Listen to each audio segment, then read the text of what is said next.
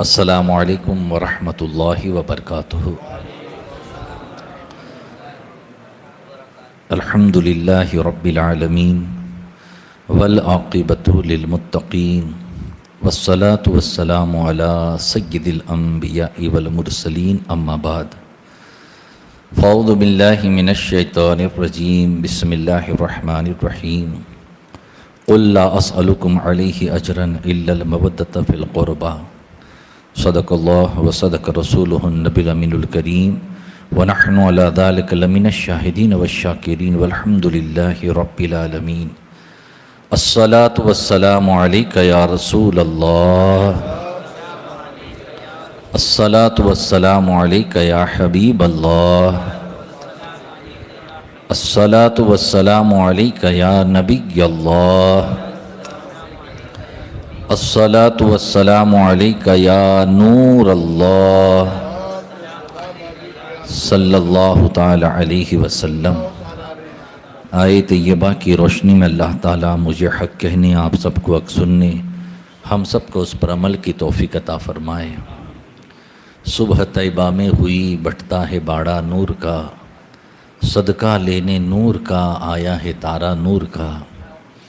میں گدا تو بادشاہ بھر دے پیالہ نور کا، نور دن دنا تیرا دے ڈال صدقہ نور کا۔ ناریوں کا دور تھا دل چل رہا تھا نور کا، تم کو دیکھا ہو گیا ٹھنڈا کلیجہ نور کا۔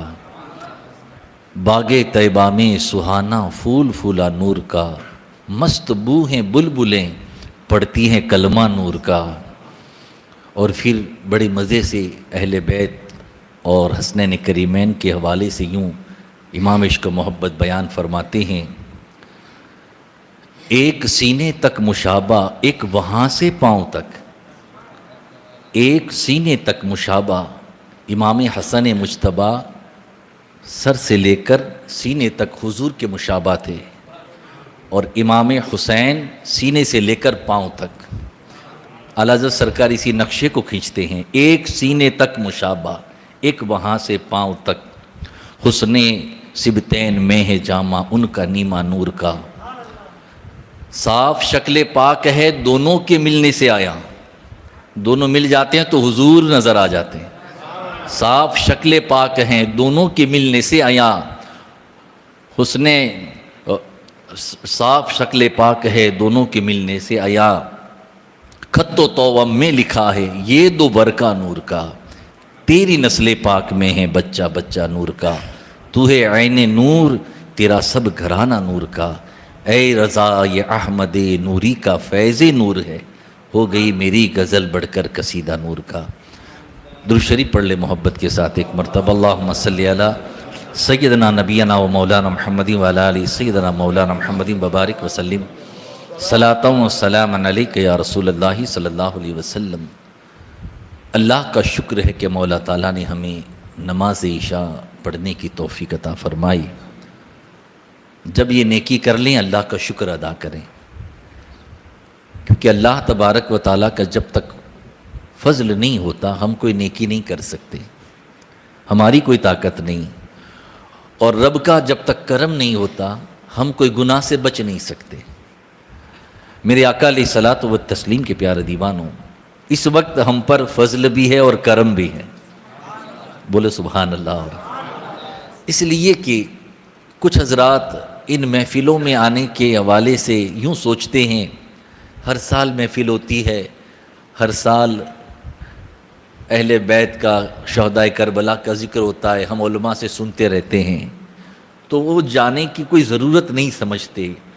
مگر میرے آقا صلی اللہ علیہ وسلم کے پیارے دیوانوں بزرگوں نے فرمایا ہے صالحین کا ذکر گناہوں کا کفارہ ہے، اور انبیاء کا ذکر عبادت ہے۔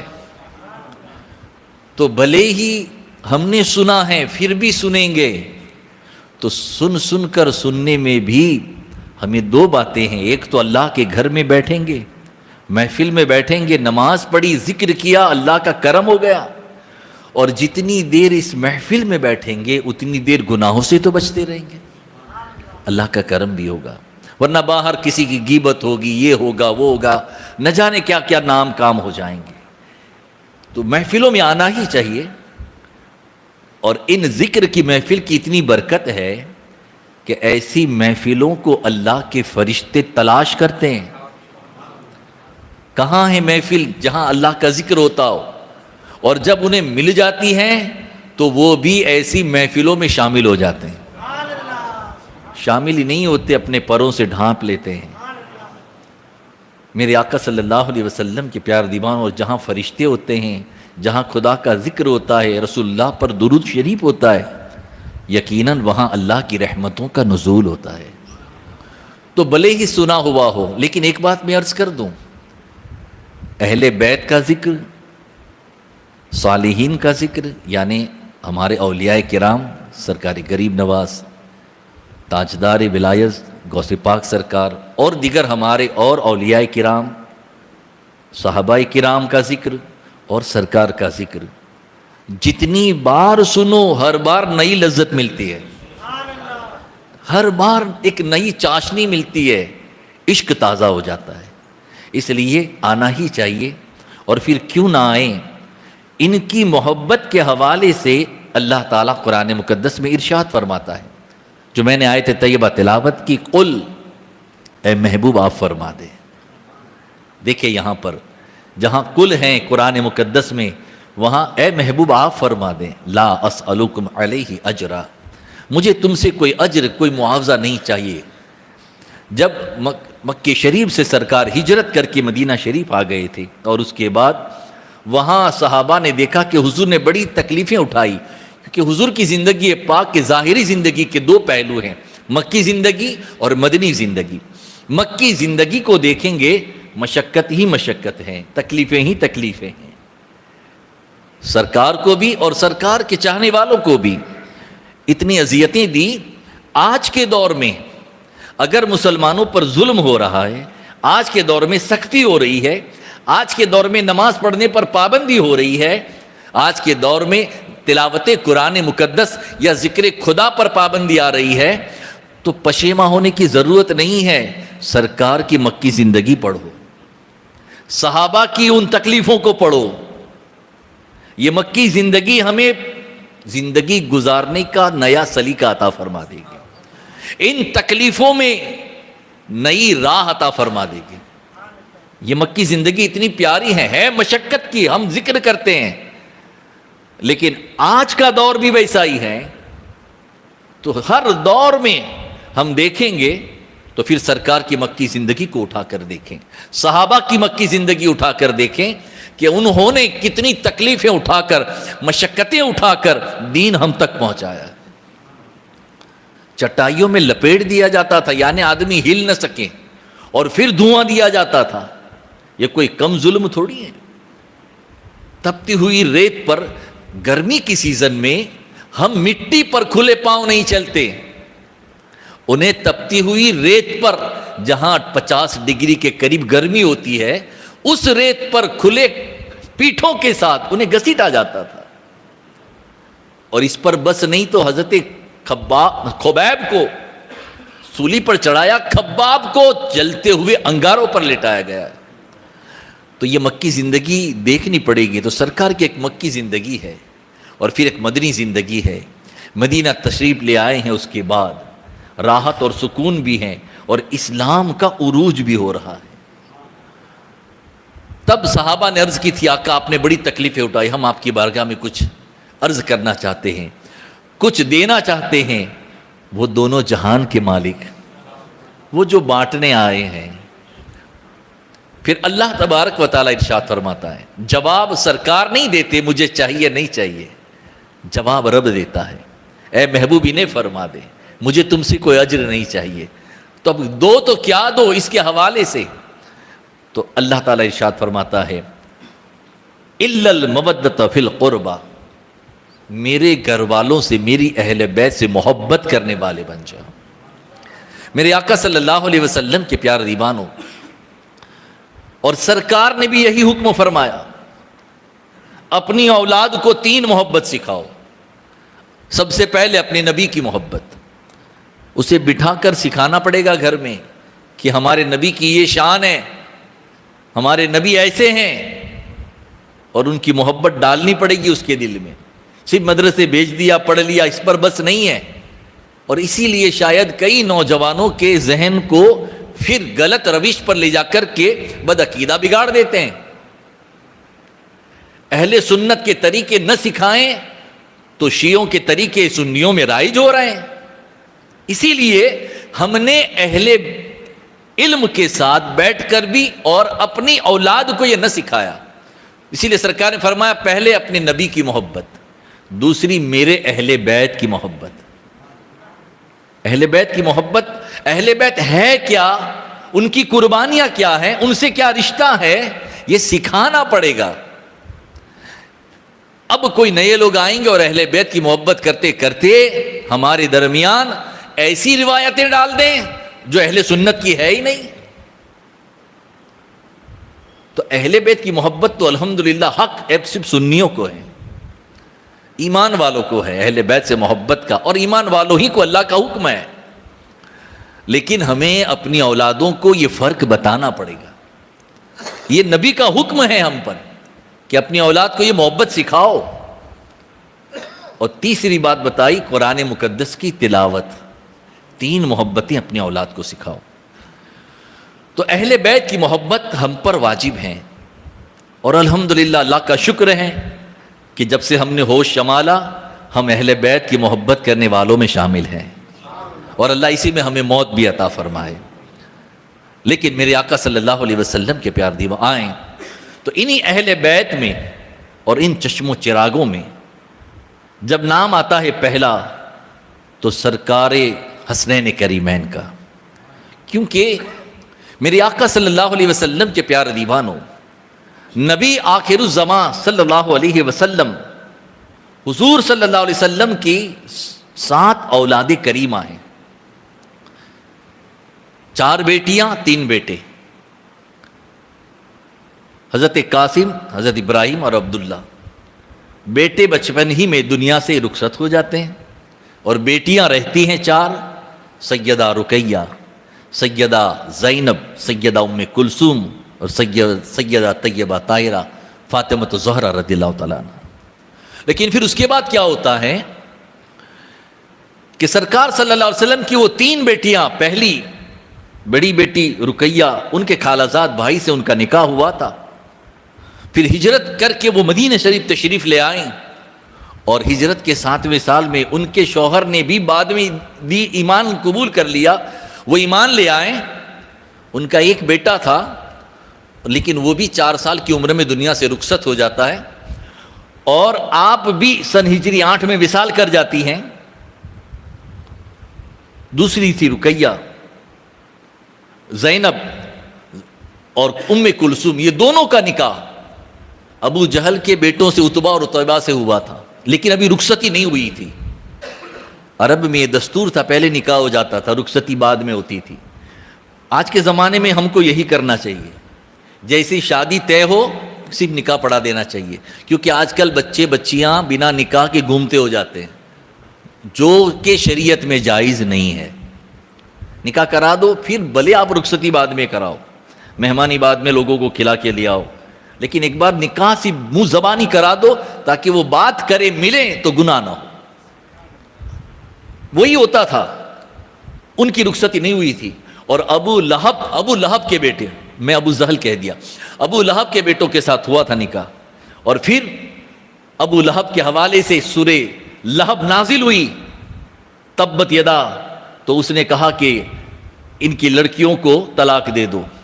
میرے آقا صلی اللہ علیہ وسلم کے پیار دیوانوں، پھر اس کے بعد رقیہ کا، زینب کا نکاح سیدنا امیر المومنین عثمان بن عفان سے ہوتا ہے.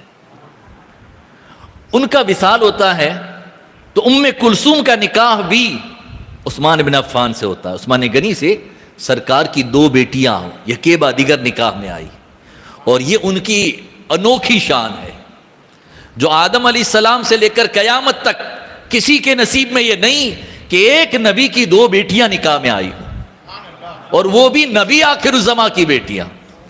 تو اعلیٰ حضرت سرکار بڑے مزے سے کہتے ہیں، نور کی سرکار سے پایا 2 شالہ نور کا، ہو مبارک تم کو ذوالنورین جوڑا نور کا. ذوالنورین ان کا لقب، دو نور والے، کیوں؟ کیونکہ ان کے نکاح میں نبی کی دو بیٹیاں آئی، تو بیٹیاں آئیں تو عثمان نور والے بن جائیں، پھر میرے نبی کی نور کی شان کیا ہوگی؟ میرے آقا صلی اللہ علیہ وسلم کے پیارے دیوانوں، وہ ان میں بھی ام کلثوم کی کوئی اولاد نہیں تھی، اور زینب کی اولادیں تھی، مگر وہ بھی، ان کا بیٹا بھی کچھ سالوں کے بعد وصال کر جاتا ہے، اور بیٹیاں تھی ان کا نکاح ہو جاتا ہے۔ تو اب سیدہ فاطمہ رہی، سیدہ طیبہ فاطمہ رضی اللہ تعالیٰ عنہ کا نکاح مولا کائنات سے ہوا، اور آپ سے جو اولادیں ہوئی ان میں سب سے پہلے سن ہجری 3 میں 15 رمضان المبارک میں امام حسن مجتبیٰ کی ولادت ہوئی۔ جب آپ کی ولادت ہوئی تو آپ کو خوشخبری دی مولا کائنات نے آ کر، اور کہا یا رسول اللہ صلی اللہ علیہ وسلم، آپ ان کا نام رکھیے۔ حضور صلی اللہ علیہ وسلم خاموش رہتے ہیں، آقا فرماتے ہیں میرے بیٹے کا نام رب رکھے گا، اور پھر جبریل امین آ کر کے رب کا سلام پیش کرتے ہیں، کہتے ہیں اللہ تمہیں مبارکباد دیتا ہے یا رسول اللہ، آپ کے بیٹی کے گھر جو لختی جگر آیا ہے اس کی مبارکباد اللہ حضور کو پیش کرتا ہے۔ اور پھر جبریل امین فرماتے ہیں اللہ کا حکم ہے کہ ہارون علیہ السلام کے جو بیٹے تھے ان کے بڑے بیٹے کے نام کے وزن پر ان کا نام رکھا جائے، تو وہ سیریا میں سریانی زبان میں شبر نام تھا۔ سرکار صلی اللہ علیہ وسلم نے عربی زبان میں اس کا مطلب حسن ہوتا ہے، تو حسن رکھا، اور پھر امام حسین ہوئے تب بھی یہی معاملہ ہوا نام کا، تو کہا رب کی طرف سے نام آیا، ان کی زبان ان کے دوسرے بیٹے کے نام پر رکھو، اور ان کا نام تھا شبیر، تو اسی لیے شبر و شبیر بھی ہم کہتے ہیں، یہ وہ سریانی زبان ہے۔ یہ نام کی بھی حوالے سے عرب میں حضور صلی اللہ علیہ وسلم کی پیدائش مبارک سے پہلے کسی کے ذہن میں نام محمد نہیں تھا، پہلا نام حضور کا ہوا نام محمد۔ اسی طرح حضور کے دونوں لگتے جگر کا نام بھی پورے عرب میں کسی کا حسن اور حسین نہیں تھا، پہلے ان کا نام ہوا۔ میرے آقا صلی اللہ علیہ وسلم کے پیار دیوانوں، یہ حسن مجتبیٰ رضی اللہ تعالیٰ عنہ، پھر امام محسن پیدا ہوئے، مگر وہ بچپن ہی میں وصال کر گئے، 6 مہینے کی عمر میں۔ 3 بیٹے تھے، امام محسن کا وصال ہو گیا، اور 3 بیٹیاں بھی تھیں، اور سیدہ فاطمہ نے اپنی سب بیٹیاں کا نام اپنی بہنوں کے نام پہ رکھا تھا، زینب، رقیہ، ام کلثوم، یہی نام رکھا تھا۔ میرے آقا صلی اللہ علیہ وسلم کے پیارے دیوانوں، یہاں سے ایک دستور ملتا ہے، نام رکھو تو اپنے بزرگوں کے ناموں پہ رکھو۔ مولا کائنات کا نام علی، امام حسین رضی اللہ تعالیٰ عنہ نے اپنے 3 بیٹوں کا نام علی رکھا، علی رکھا، لیکن پہچاننے کے لیے علی اکبر، علی اوسط، علی اصغر، بڑے علی، بیچ والے علی، چھوٹے علی۔ تو ایک درس ملتا ہے، لوگ آج کل فون کرتے جب گھر کوئی بچہ تولد ہوتا ہے، نیا نام دو مولانا، نیا نام دو، کچھ تو کہتے ہیں عدد سے نام نکالو، ایسا کوئی کمپلسری نہیں ہے عدد سے نام نکالو، یہ نکالو۔ حضور صلی اللہ علیہ وسلم نے فرمایا اپنے بزرگوں کے ناموں پہ نام رکھو۔ اہل بیت کے چاہنے والے ہونا تو یہ روایت ذہن میں رکھو کہ ہارون علیہ السلام کے بیٹوں کے نام کے وزن پر حسنین کریمین کا نام رکھا گیا ہے، یعنی بزرگوں کے نام پر۔ پھر صحابہ کا دیکھیں، اہل بیت کا عمل دیکھیں تو یہی ہیں، اور خود سرکار ارشاد فرماتے ہیں لڑکوں میں اللہ کو 2 نام بہت پسند ہیں، مردوں میں وہ 2 نام ہیں عبداللہ اور عبد الرحمن۔ اللہ کو یہ 2 نام بہت پسند ہیں، اور اسی لیے ہم دیکھیں سیدنا فاروق اعظم کے بیٹے کا نام عبداللہ، سیدنا ابوبکر صدیق کے بیٹے کا نام عبداللہ، اکثر صحابہ کے بیٹوں کے نام عبداللہ نظر آئے گا، عبد الرحمن نظر آئے گا۔ تو میرے آقا صلی اللہ علیہ وسلم کے پیار دیوانوں، سیدہ فاطمہ کی اولادیں، اور ان میں بھی یہ 2 لختے جگر باقی رہے۔ میں نے یہ اس لیے عرض کیا کہ کسی کو یہ نہ ہو کہ حضور کی اولاد حضور کی آل سیدہ فاطمہ سے چلی تو سرکار کی اور بھی بیٹیاں تھیں، تو ان کے حوالے سے کیا ہے، تو کسی بھی بیٹی کی اولاد دنیا میں اس وقت نہیں تھی، پیدا ہوئے اور پھر وصال ہو گیا، اور بیٹیوں کا بھی وصال ہو گیا، اب سیدہ فاطمہ ہیں، اور آقا خود ارشاد فرماتے ہیں کہ سب کی اپنی نسلیں اپنی پشت میں ہوتی ہے، میری نسل کو اللہ نے علی کی پشت میں رکھا ہے، اور جب تک مولا کائنات اور سیدہ فاطمہ کا نکاح رہا، مولا کائنات نے دوسرا نکاح نہیں فرمایا، اور جو اولادیں ہوئی تو سرکار صلی اللہ علیہ وسلم نے انہیں اپنی اولاد قرار دیا۔ اس کے لیے دلیلوں میں 3 باتیں ہیں، قرآن، حدیث اور اجماع امت۔ نہ کوئی یہ کہہ سکتا ہے نواسا بیٹا کیسے ہو سکتا ہے، لیکن جب ہمیں اپنا رب کہہ دے، ہمیں اپنے محبوب کہہ دے، اور ہمیں اپنے علماء اجماع امت کہہ دیں، پھر وہ ہمارے لیے دلیل ہے۔ اللہ تعالیٰ قرآن مقدس میں ارشاد فرماتا ہے، جب نذران کے عیسائیوں کے ساتھ حضور صلی اللہ علیہ وسلم کو انہوں نے مباہلے کی دعوت دی اور حضور جب جانے لگیں تو اللہ تبارک و تعالیٰ نے فرمایا فَقُلْ تَعَالَوْا نَدْعُوا أَبْنَاءَنَا وَأَبْنَاءَكُمْ وَنِسَاءَنَا وَنِسَاءَكُمْ وَأَنفُسَنَا وَأَنفُسَكُمْ، اے محبوب انہیں کہہ دو مباہلے کے لیے آئیں تو وہ اپنے بیٹوں کو لے کر آئے، تم اپنے بیٹوں کو لے کر جاؤ، وہ اپنی عورتوں کو لے کر آئے، تم اپنی عورتوں کو لے کر جاؤ، اور وہ اپنی جانوں کو لے کر آئے، تم اپنی جان کو لے کر جاؤ۔ مفسرین فرماتے ہیں اپنی جان سے مراد یہاں پر سرکار اور مولائے کائنات ہے، اور عورتوں کے حوالے سے سیدہ فاطمہ ہیں، اور بیٹوں کے حوالے سے حسن اور حسین ہے۔ تو قرآن مقدس نے نبی کے بیٹے قرار دیے، اور خود سرکار نے بھی فرمایا میرے بیٹے، ایک بار نہیں کئی مرتبہ، کئی حدیثیں آپ کو ملے گی۔ خود سرکار منبر پاک پر ہیں، خطبہ دے رہے ہیں جمعہ کا، ننھے حسن مجتبیٰ رضی اللہ تعالیٰ عنہ چلتے ہوئے تشریف لا رہے ہیں۔ جب چھوٹا بچہ نیا نیا چلتا ہے نا، گرنے کے چانسز ہوتے ہیں، ماں باپ پکڑ لیتے ہیں ابھی گر جائے گا، دوڑیں گے گرنے نہ پائے بچہ، اور وہی حال امام حسن مجتبیٰ کا تھا۔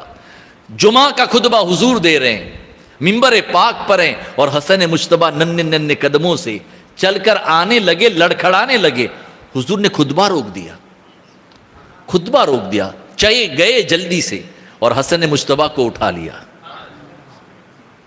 اے میرے آقا صلی اللہ علیہ وسلم کے پیار دی، پھر منبر پاک پر آئے، بیٹھے اور اپنی گود میں بٹھایا، اور پھر کہا اے لوگو یہ میرا بیٹا، یہ میرا بیٹا، اور پھر پیشن گوئی بھی فرمائی سرکار نے، یہ میرا بیٹا مسلمانوں کی 2 بڑی فوج کے بیچ میں صلح کرائے گا، صلح کرائے گا۔ اور یہ جب ہوا، جب سن ہجری 30 مکمل ہو گئی، اور 31 میں امیر معاویہ رضی اللہ تعالیٰ عنہ کا ایک طرف لشکر ہے، ایک طرف حسن مجتبیٰ کا لشکر ہے، اور پھر آپ نے دیکھا دونوں طرف تو مسلمان ہیں، تو حسن مجتبیٰ رضی اللہ تعالیٰ عنہ نے اسی وقت میں حکم دوں گا یہ لوگ لڑ پڑیں گے لیکن مسلمان ہی تو قتل ہوں گے، نہیں ایسا نہیں ہونا چاہیے۔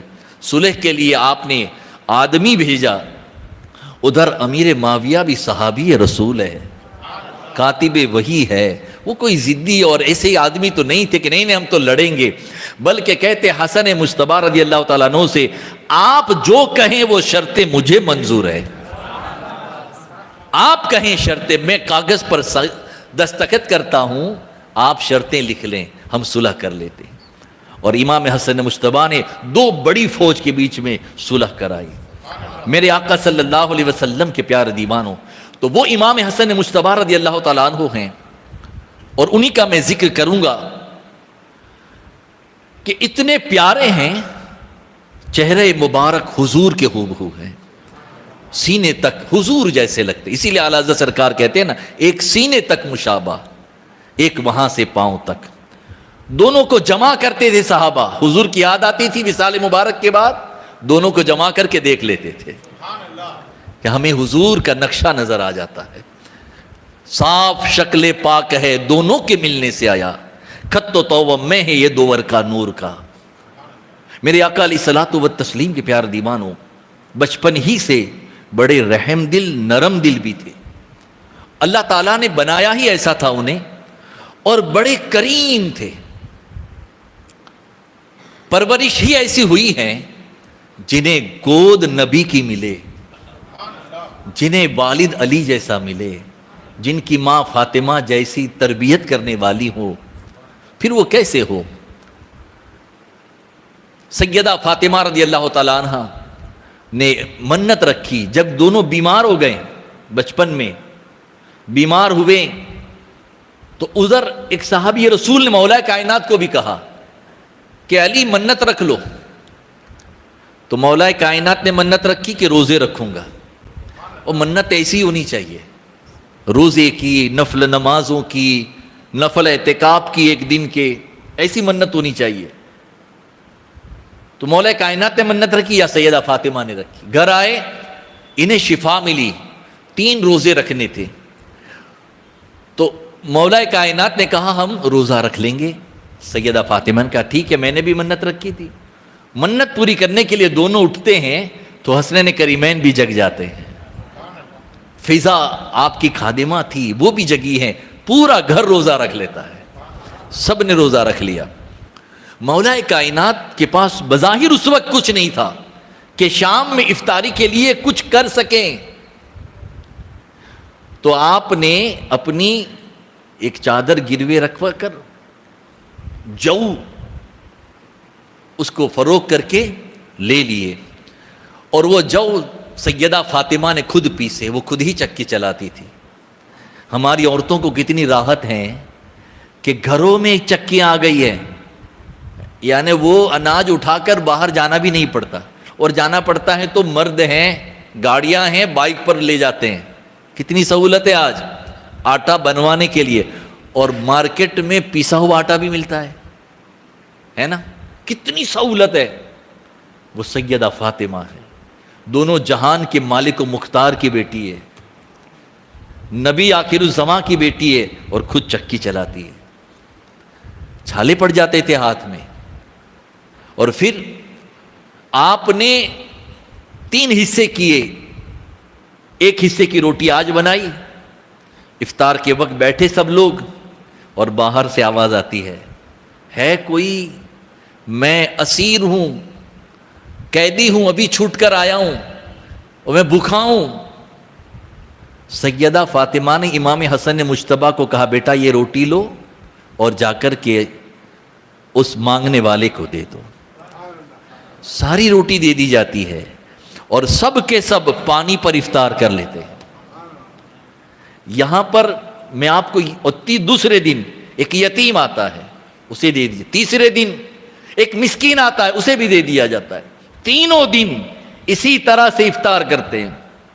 اللہ تعالیٰ نے انہی کے لیے قرآن مقدس میں آیت نازل فرمائی، اسی بات کو یاد کرتے ہوئے آیت نازل ہوئی۔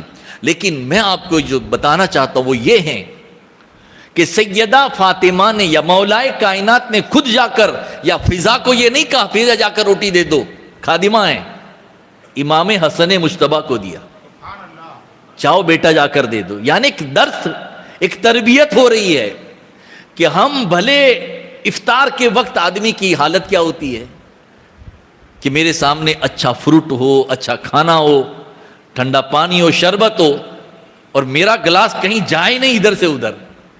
یہ ہوتا ہے، اگر بچہ غلطی سے ٹھنڈا گلاس کا شربت گرا دیں تو لوگ غصہ کر دیتے ہیں، دکھتا نہیں ہے کیا، مار بھی دیتے ہیں، کیونکہ افطار کا وقت ہے نا، کھانے کا وقت ہے۔ مگر وہاں خود بھوکے ہیں، اور وہی روٹیاں اپنے بچے سے اٹھا کر ان یتیموں اور غریبوں اور مسکینوں کو دے دیا جاتا ہے، تاکہ یہ بچے بڑے ہو کر بھی خود بھلے بھوکے ہو لیکن جب کوئی گھر پر آئے تو خالی نہ جائے۔ یہ اہل بیت کا گھر ہے، یہ سیدہ فاطمہ کی تربیت ہے، تو ہمیں بھی اپنی اولاد کو یہ سکھانا ہوگا۔ ہم خود کسی کو دیں اور اولاد ساتھ میں اس کے ہاتھ سے دلاؤ تاکہ اس کو عادت ہو، اس کو پریکٹس ہو دینے کی. کبھی کبھار میں نے دیکھا ہے کہ باپ بڑا سخی ہوتا ہے، بیٹا نہیں ہوتا ہے. کئی لوگوں کو کہتے ہوئے سنا بھی ہے، آپ نے بھی سنا ہوگا، اس کا باپ بہت اچھا تھا، بیٹا تو دیتا ہی نہیں ہے. کیوں ایسا ہوا؟ کیونکہ ہم نے وہ تربیت نہیں کی. تو اہل بیت سے محبت ہیں تو اہل بیت کی زندگی سے درس بھی لو. یہ تربیت اپنی اولاد کو دینی پڑے گی. یہی تو آقا نے فرمایا اہل بیت کی محبت اپنے اولاد کے دلوں میں ڈال دو، پلا دو انہیں. تو پلانا یہی ہے. میرے آقا صلی اللہ علیہ وسلم کے پیار دیوانوں، امام حسن مجتبی رضی اللہ تعالیٰ کی شان بھی یہی ہے. آپ نے خلافت تو دے دی، پوری خلافت دے دی، اور پھر مدینہ طیبہ میں جب تک رہیں کئی مرتبہ ایسا ہوا کہ ایک دن میں 1,00,000 درہم غریبوں میں بانٹ دیتے تھے. 1,00,000، کم کی بات نہیں کر رہا ہوں. 2 مرتبہ ایسا موقع آیا گھر کا آدھا مال غریبوں میں تقسیم کر دیا، آدھا مال. اور اتنے نرم دل، اتنے رحم دل. ایک بزرگ فرماتے ہیں، بڑی پیاری روایت ہے کہ آپ کم بولتے تھے، زیادہ بولتے نہیں تھے، مگر جب بولتے تھے تو اتنا پیارا آواز، اتنی پیاری تھی اور لہجہ اتنا میٹھا تھا کہ پھر ایسا لگتا تھا یہ بولتے ہی رہ جائیں اور ہم سنتے ہی رہ جائیں. میرے آقا کی وہ سنت پاک. ماں عائشہ فرماتی ہیں حضور اس قدر بات کرتے تھے کہ لکھنے والا حضور کی باتیں لکھ لیا کرتا تھا. اتنا نرم لہجہ اور میٹھا لہجہ. اور امام حسن مجتبی میں وہی بات تھی، نرم لہجہ، میٹھا لہجہ. کہ صحابہ فرماتے ہیں وہ کم بولتے تھے، لیکن جب بولتے تھے پھر ایسا دل ہوتا تھا ان کی باتیں سنتے ہی رہیں، سنتے ہی رہیں. کبھی غصہ نہیں کیا. ایک مرتبہ ایک شخص کی زمین کا معاملہ تھا اور وہ فیصلے کے لیے آیا تھا، اور آپ جب بھی فیصلہ کرتے تھے قرآن و حدیث کی روشنی میں کرتے تھے، اپنے والد کی وراثت کے علم کے مطابق کرتے تھے. مگر اس نے اس فیصلے کا انکار کیا تو بس جلال میں اتنا کہا تیری ناک خاک آلود ہو، بس اتنا کہا. اس سے بڑھ کر کبھی کوئی جملہ نہیں، اس لیے کہ اس نے قرآن و حدیث کے فیصلے کا انکار کیا تھا، شریعت کا انکار کیا تھا. تو آپ کو جلال آیا، اتنا ہی جلال آیا، ورنہ کبھی آپ کو جلال نہیں آیا. اور میرے آقا علیہ الصلوۃ والتسلیم کے پیارے دیوانوں، بلکہ آپ کی بڑی مشہور ایک روایت ہے کہ ایک مرتبہ کھانے کے لیے بیٹھے ہیں دسترخوان پر، خادم آیا. آپ کے خادم کی بھی بڑی شان ہے، کتنے نصیب والے ہوں گے وہ ان کے خادم ہیں، اور کتنا علم بھی تھا خادموں کو. آپ کھانے بیٹھے ہیں دسترخوان پر، خادم سالن لے کر آ رہا تھا، ٹھوکر لگی، سالن گرا حسن مجتبی رضی اللہ تعالیٰ عنہ کے کپڑوں پر. اب یہاں پر میں رک کر کے پہلے ہم اپنی بات کریں. ہم کھانے بیٹھے ہیں، ہمارا لڑکا کھانا لے کر آئے، سالن لے کر آئے اور اس سے گرے تو ہمارا ریئیکشن کیا ہوتا ہے؟ دکھتا نہیں ہے کیا؟ فوراً جو اپنی بھاشا ہے تلخ لہجے میں، اس کی تو بات ہی ایسی ہے اور نہ جانے کیا کیا بکیں گے. مگر یہاں دیکھیں، غلام ہیں، امام حسن مجتبی ہیں، کھانا گرا آپ کے کپڑوں پر اور آپ نے اس کی طرف صرف ابھی نگاہ ہی کی ہے، مگر وہ غلام بھی بڑے پیارے تھے. وہ کہتے ہیں والکاظمین الغیظ، وہ قرآن مقدس کی آیت پڑھتے ہیں کہ غصے کو پی جانے والے. جب وہ آیت پڑھتے ہیں تو امام حسن مجتبی کہتے ہیں میں نے غصہ پی لیا. تو اب اس نے دیکھا امام خوش ہیں تو پھر وہ آگے پڑھتا ہے والعافین عن الناس، لوگوں پر رحم کرنے والے، لوگوں پر یعنی معافی مانگ رہا ہے. اب غصہ تو پی لیا، اب معاف کر دیں. تو کہتے میں نے تجھے معاف کر دیا، جا معاف بھی کر دیا. تو اب وہ جب معافی مل گئی تو اور آگے پڑھتا ہے واللہ یحب المحسنین، کہ اللہ تو احسان کرنے والوں کو اپنا محبوب بنا لیتا ہے. تو کہتے جا میں نے تجھے آزاد بھی کر دیا. غلام تھا، غلطی اس کی ہوئی، لیکن اس نے قرآن مقدس کے اور شریعت کے قانون کے مطابق بات کی تو آپ نے اس کو آزاد بھی کر دیا۔ میرے آقا صلی اللہ علیہ وسلم، یہ اخلاق امام حسن مجتبی ہے۔ البدایہ والنہایہ میں بڑی پیاری بات ہے کہ آپ کبھی بھی آپ نے تلخ زبانی سے کسی سے بات نہیں کی، تو ہم ان کے غلام ہیں، ہمیں بھی اپنے تلخ زبانی کو روکنا چاہیے۔ کبھی غصہ نہیں کیا، کبھی آپ نے اونچی آواز میں بات نہیں کی، بلکہ فرمایا وہ کم بولتے تھے، زیادہ تر خاموش رہ کر اللہ کا ذکر کرتے تھے، اور فرمایا کہ نرم دل اتنے تھے کہ آپ نے کبھی بھی اپنی زبان مبارک سے کوئی ایسا جملہ نہ نکالا کہ کسی کا دل دکھے۔ یعنی یہ جو زبان کا جو جملہ ہوتا ہے، گھاؤ ہوتا ہے نا، وہ تلوار کے گھاؤ سے بڑا قاتل ہوتا ہے۔ کسی کو آپ جھٹکا لگا دو تلوار کا، بازو چیر گیا، ٹیچ آئے، ٹانکے آئے، لیکن 8-10 دن 15 دن میں روز آ جائے گی، اس کو شفا ہو جائے گی۔ لیکن آپ نے کسی کو زبان سے ایک ایسا جملہ کہہ دیا جو اس کے دل پر جیسے نشتر جیسے چبھ گیا، پھر وہ کبھی نہیں بھرتا ہے، وہ ہمیشہ جب بھی آپ سامنے جائیں گے نا اس کو وہی یاد آئے گا جملہ۔ اسی لیے صوفیہ فرماتے ہیں تلوار کا گھاؤ بھر جاتا ہے، زبان کا نہیں بھرتا۔